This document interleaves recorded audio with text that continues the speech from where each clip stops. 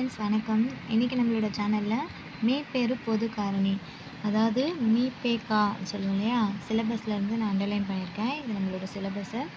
இதில் இருக்க அந்த சம் தான் நம்ம பார்க்க போகிறோம். வாங்க வீடியோக்குள்ள போகலாம்.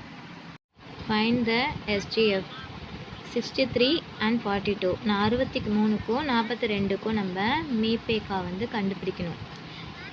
இப்போது ஆல்ரெடி நம்ம மீச்சிமா வீடியோ போட்டிருக்கோம், எல்சிஎம் வீடியோ போட்டிருக்கோம். பார்க்காதவங்க ப்ரீவியஸ் வீடியோவில் போய் நீங்கள் பார்த்துக்கோங்க. நாங்கள் வீடியோக்குள்ளே போகலாம். தனித்தனி நம்பரை நம்ம எடுத்துக்கலாம். 63, 42. இது எந்த நம்பரால் நம்ம டிவைட் பண்ண போகிறோம், 3 டேபிளால் டிவைட் பண்ண போகிறோம் அப்படின்னா 3 டேபிள் நம்ம போட்டுக்கணும். 2 3 6, அப்போ 2, 1 3, அப்போ 1. ஓகேங்களா? நெக்ஸ்ட்டு ஸ்டெப்புமே நம்ம 21 3 டேபிளாலே நம்ம போடலாம். 7 3s are 21. ஓகேங்களா? இப்போ நமக்கு 7 கிடச்சிருக்கு. 42க்கு போகலாம். 2 டேபிளால் போடுறோம். 2 2s are 4, 1 2s are 2. Again 21 கிடச்சிருக்கு. இப்போ நம்ம இதை 3 டேபிளால் போடலாம்.